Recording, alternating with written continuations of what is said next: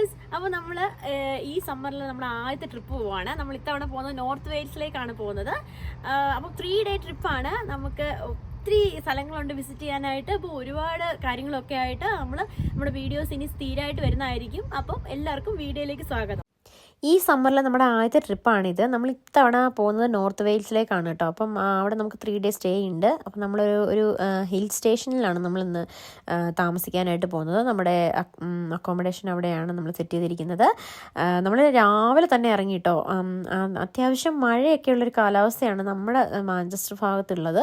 അപ്പം നമ്മൾ അതുകൊണ്ട് തന്നെ നമ്മൾ കുറച്ച് ടെൻസ്ഡാണ്. ഇനി മേഘങ്ങളൊക്കെ ഉണ്ട്, മഴയായിരിക്കുമോ, ചെല്ലുന്നിടത്ത് എന്താവും അവസ്ഥ എന്നറിയത്തില്ല. എനിവേ ലാസ്റ്റ് ടൈം ഒക്കെ നമ്മൾ ഇതേപോലെ ട്രിപ്പ് പോയപ്പോഴൊക്കെ ഇതേപോലെ മഴയത്ത് തന്നെ നമ്മൾ പക്ഷേ പോയ സ്ഥലത്ത് നല്ല അടിപൊളി ക്ലൈമറ്റ് ആയിരുന്നു.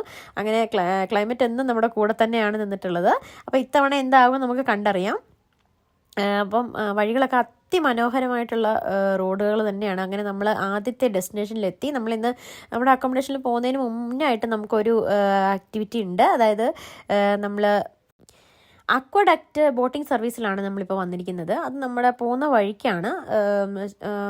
അവിടുന്ന് ഒരു ഹാഫ് ആൻ അവറിൽ നമുക്ക് നമ്മുടെ അക്കോമഡേഷനിൽ എത്താൻ പറ്റും. അത്ര അടുത്തായിട്ടുള്ള നമ്മളൊരു ആക്ടിവിറ്റിയാണ് ആദ്യത്തെ നമ്മൾ ചൂസ് ചെയ്തത്. അപ്പം മഴയാണെങ്കിൽ തന്നെ ബോട്ടിങ് ഇത് നമുക്ക് അതായത് മേൽക്കൂരയുള്ള ഒരു ബോട്ടിംഗ് സർവീസാണ്. അപ്പം നമുക്ക് മഴയാണെങ്കിലും നമുക്കത് ചെയ്യാൻ പറ്റുന്നതാണ്. അപ്പോൾ അതുകൊണ്ട് തന്നെ ക്ലൈമറ്റൊക്കെ നോക്കിയിട്ട് നമ്മൾ ആ ഒരു ഇത് ചൂസ് ചെയ്തതാണ്.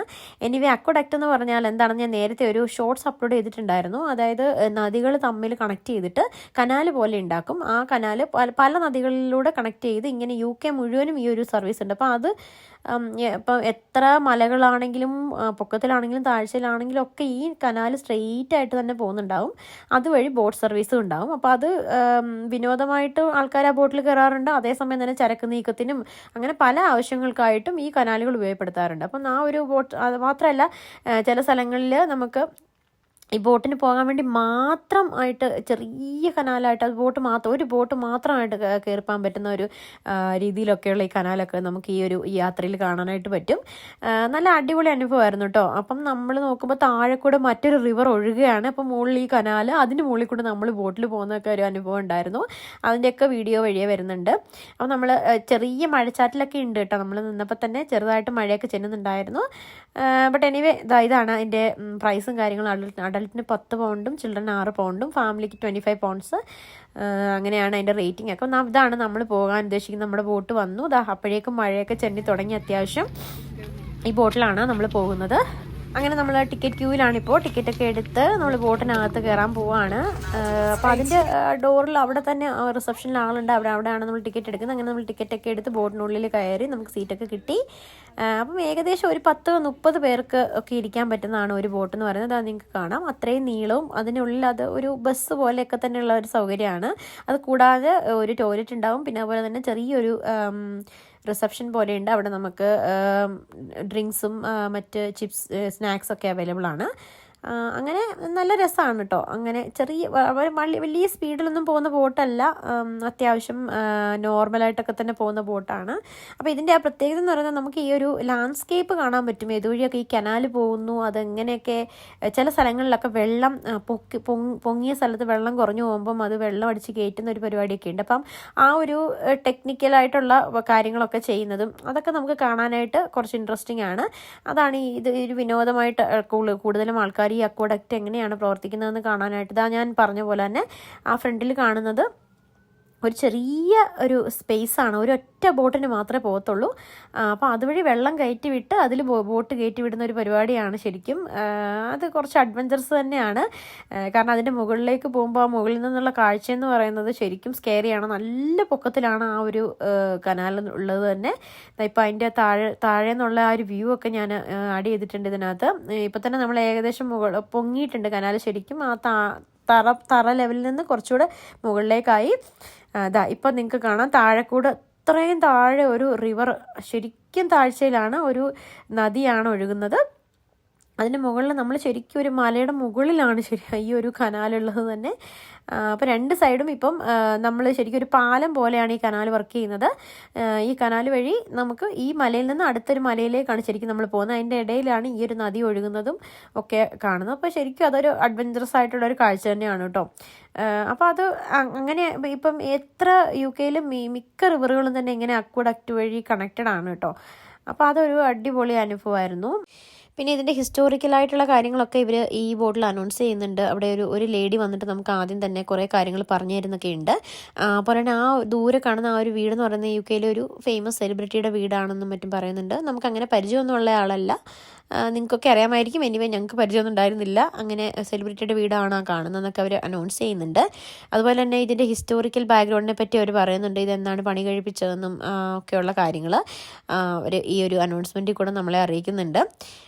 പിന്നെ അതുപോലെ നമ്മളിപ്പോൾ ഇപ്പം നമ്മൾ ആ ബോട്ടിൻ്റെ ആ ഒരു കനാലിൻ്റെ നമ്മുടെ ആ ഒരു റൈഡിൻ്റെ ഒരറ്റത്ത് എത്തിക്കഴിഞ്ഞ് ഇനി നമ്മൾ തിരിച്ചു പോവാണ്.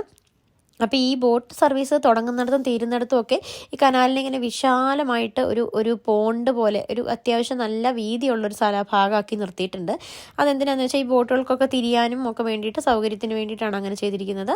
അപ്പോൾ നമ്മളിപ്പോൾ തിരിച്ചു പോവാണിപ്പോൾ. അപ്പോൾ ഈ ഒരു ഭാഗത്ത് കൂടി വീണ്ടും നമ്മൾ അങ്ങോട്ട്, അപ്പോൾ നമ്മുടെ ഫ്രണ്ടിലൊരു ബോട്ട് പോകുന്നുണ്ട്. ആ ബോട്ട് പോയതിന് ശേഷം മാത്രമേ നമുക്ക് പോകാൻ പറ്റുള്ളൂ. അപ്പം നമ്മൾ തിരിച്ചിപ്പം വീണ്ടും നമ്മൾ തുടങ്ങിയ സ്ഥലത്തേക്ക് തിരിച്ചു പോയിക്കൊണ്ടിരിക്കുകയാണ് ഈ ഒരു കനാലിൽ കൂടെ. ഈ ഒരു സമയമായപ്പോഴേക്കും മഴയൊക്കെ നന്നായിട്ട് ഒതുങ്ങിയിട്ടുണ്ട്. പിന്നെ ആകാശമൊക്കെ തെളിഞ്ഞു തുടങ്ങിയിട്ടുണ്ട്. മഴ മാറിയെങ്കിലും കാർമേഘം ഇപ്പോഴും ഉണ്ട്, എങ്കിലും ഓക്കെയാണ്. അപ്പോൾ നമ്മുടെ ബോട്ടിംഗ് പരിപാടിയൊക്കെ കഴിഞ്ഞു. ഇത് ഇപ്പം നമ്മൾ ഇനി ഇറങ്ങിയിട്ട് നമ്മൾ നേരെ പോകുന്നത് നമ്മുടെ സ്റ്റെയിൻ കോട്ടേജിലേക്കാണ്. അപ്പം അതെവിടെയാണെന്നൊക്കെ അറിയാനുള്ളൊരു ആകാംക്ഷയിലൊക്കെ എല്ലാവരും ഇങ്ങനെ റെഡി ആയിട്ടിരിക്കുകയാണ്. അപ്പോൾ നമ്മളിവിടെ തിരിച്ചെത്തി കേട്ടോ. ഇവിടെ നിന്നാണ് നമ്മൾ കയറിയത്. അവിടെ നമ്മൾ തിരിച്ചെത്തി. അങ്ങനെ നമ്മൾ ഇറങ്ങി. അങ്ങനെ അവിടെ നമ്മൾ തിരിച്ചു കേട്ടോ. ബോട്ടിംഗ് ഒക്കെ കഴിഞ്ഞ് നമ്മൾ തിരിച്ചു. അപ്പം നമ്മൾ ഇനിയും പോകുന്ന വഴിയാണ്, ഗംഭീരമായൊരു വഴിയാണ് നമ്മൾ ഈ കോട്ടേജിലേക്ക് പോകുന്നത്.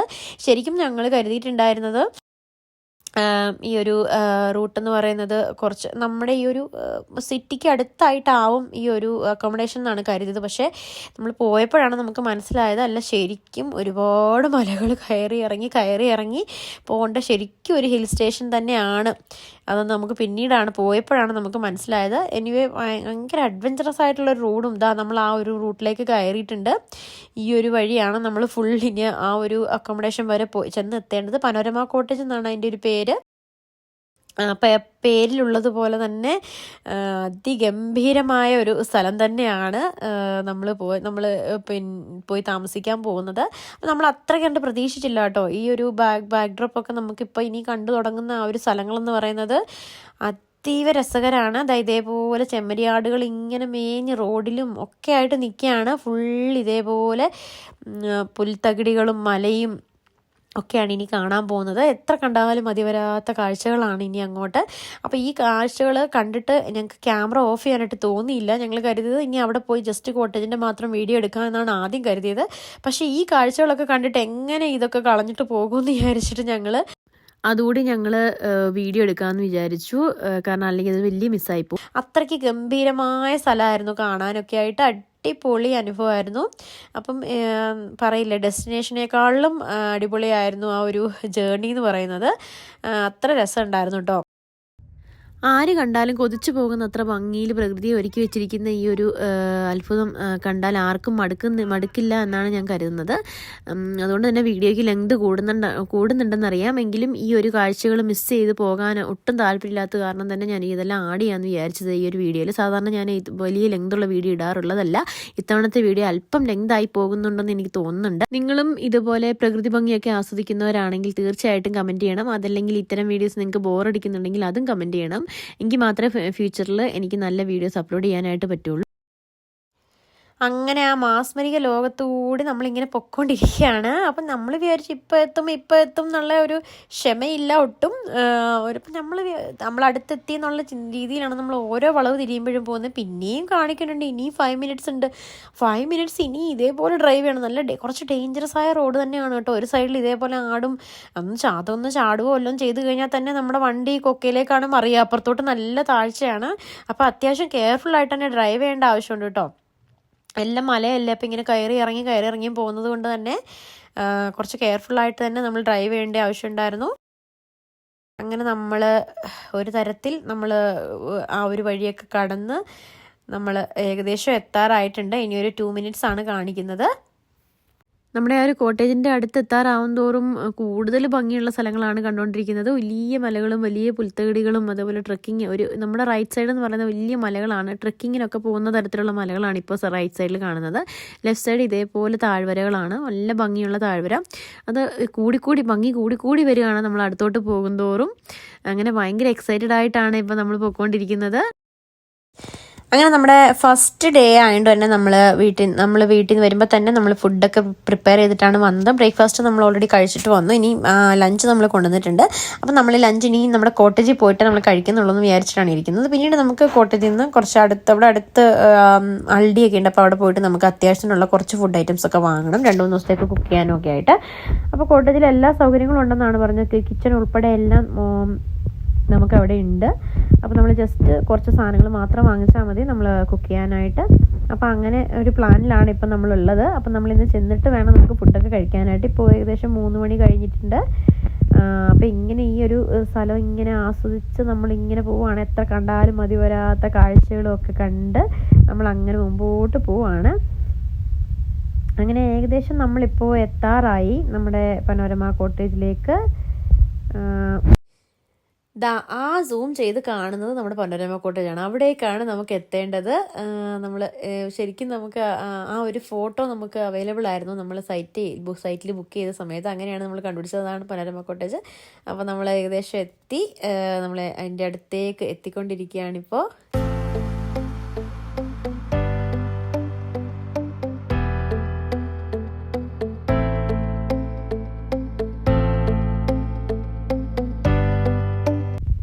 അങ്ങനെ ഫൈനലി നമ്മൾ ഏകദേശം നമ്മുടെ പനോരമ കോട്ടേജിലേക്ക് എത്തിക്കൊണ്ടിരിക്കുകയാണ്. ഇപ്പോൾ നമ്മൾ ആ ഒരു വളവ് തിരിഞ്ഞ് നമ്മൾ ഈ കാണുന്നത് നമ്മുടെ പനോരമ കോട്ടേജിലേക്കുള്ള എൻട്രിയാണ്. നമ്മൾ ഭയങ്കര എക്സൈറ്റഡ് ആണ്. ശരിക്കും ആ ഒരു സ്ഥലമൊക്കെ ഇത്രയും നേരം കണ്ടതിലൊക്കെ ഗംഭീരമായ സ്ഥലമാണ് ഈ പനോരമ കോട്ടേജ് ഉള്ളത്. ഇപ്പോൾ അതിൻ്റെ എൻട്രി ഗേറ്റ് ആണ് ഈ കാണുന്നത്. അങ്ങനെ നമ്മൾ കാത്തിരുന്ന് ഇത്രയും ദൂരം വന്ന് നമ്മുടെ പനോരമ കോട്ടേജിലേക്ക് എത്തി.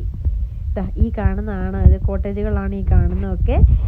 ആ ബാക്ക്ഡ്രോപ്പും ആ ഒരു പച്ചപ്പും ഭംഗിയൊക്കെ കണ്ടിട്ട് അകത്തോട്ട് കയറാൻ തോന്നുന്നില്ല. അവിടെ അങ്ങ് നിന്നാലോ അവിടെ തന്നെ ഇറങ്ങണമെന്നൊക്കെ തോന്നി.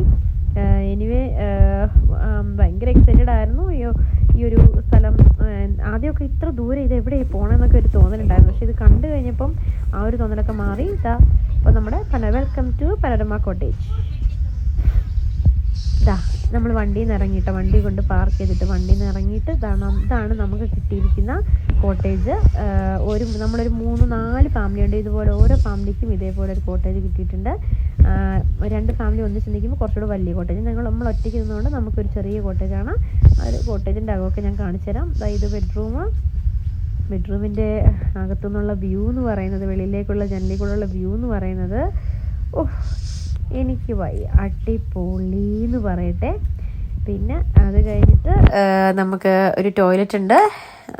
പിന്നെ അതിനുശേഷം മുകളിലായിട്ടാണ് നമ്മുടെ കിച്ചൺ വിത്ത് ഡൈനിങ് കിച്ചൺ ലോഞ്ച് എല്ലാം കൂടെ ഒന്നിച്ചാണ് മുകളിൽ. അപ്പോൾ അതാണ് ഈ കാണുന്നത്. അവിടെ ഒരു ചെറിയൊരു ബാൽക്കണി കൂടി ഉണ്ട്. അതാണ് അതിൻ്റെ ഹൈലൈറ്റ് എന്ന് പറയുന്നത്. ഡൈനിങ്, ലോഞ്ച്, കിച്ചൺ, അവിടെ TV ഒക്കെ ഉണ്ട്.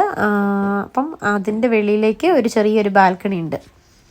അപ്പം ശരിക്കും അതിൻ്റെ ഒരു ഹൈലൈറ്റ് എന്ന് പറയുന്ന ആ ബാൽക്കണിയാണ്.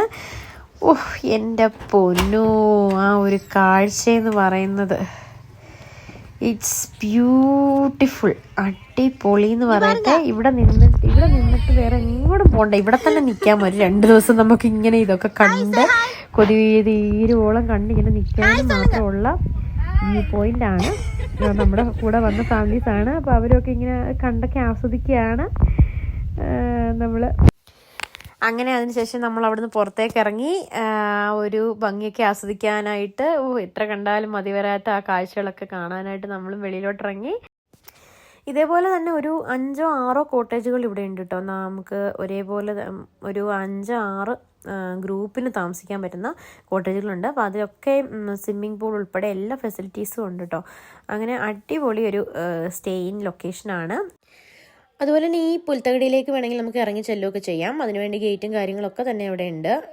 അവിടെ അതിനുള്ളിൽ നമുക്ക് ഇരിക്കാനുള്ള സൗകര്യങ്ങളും ഒക്കെ അവർ ഒരുക്കിയിട്ടിട്ടുണ്ട്. പിന്നെ നമ്മൾ ഫുഡൊക്കെ കഴിച്ചു. നമ്മൾ വെളിയിൽ ഇരുന്ന് തന്നെയാണ് ഫുഡൊക്കെ കഴിച്ചത് കേട്ടോ. പിന്നെ ഇനി നമുക്ക് 3 ഡേ ആണ് നമുക്കിവിടെ സ്റ്റേ ഉള്ളത്, 3 നൈറ്റ്സ്. അപ്പം ഈ 3 ദിവസങ്ങളിൽ നമ്മൾ പുറത്ത് കാഴ്ചകളിലേക്കൊക്കെ പോകുന്നുണ്ട്. അപ്പോൾ അതിൻ്റെ എല്ലാം വീഡിയോസ് വരും ദിവസങ്ങളിൽ ഞാൻ അപ്ലോഡ് ചെയ്യുന്നതാണ്. അപ്പോൾ അത്രേ ഉള്ളൂ ഇന്നത്തെ വീഡിയോ. അപ്പോൾ വീഡിയോ എല്ലാവർക്കും ഇഷ്ടമായെന്ന് വിചാരിക്കുന്നത്. ഇഷ്ടമായെങ്കിൽ തീർച്ചയായും ലൈക്ക് ചെയ്യുക, കമൻറ്റ് ചെയ്യുക, സബ്സ്ക്രൈബ് ചെയ്യുക. വീഡിയോ കാണുന്ന എല്ലാവർക്കും താങ്ക് യു. അപ്പോൾ അതേപോലെ ഇനി നമ്മൾ Day 2 Day 3 എല്ലാത്തിൻ്റെയും വീഡിയോസ് വരും ദിവസങ്ങളിൽ അപ്ലോഡ് ചെയ്യുന്നതാണ്. എല്ലാവരും കാണണം. അപ്പോൾ എല്ലാവർക്കും ടാറ്റാ.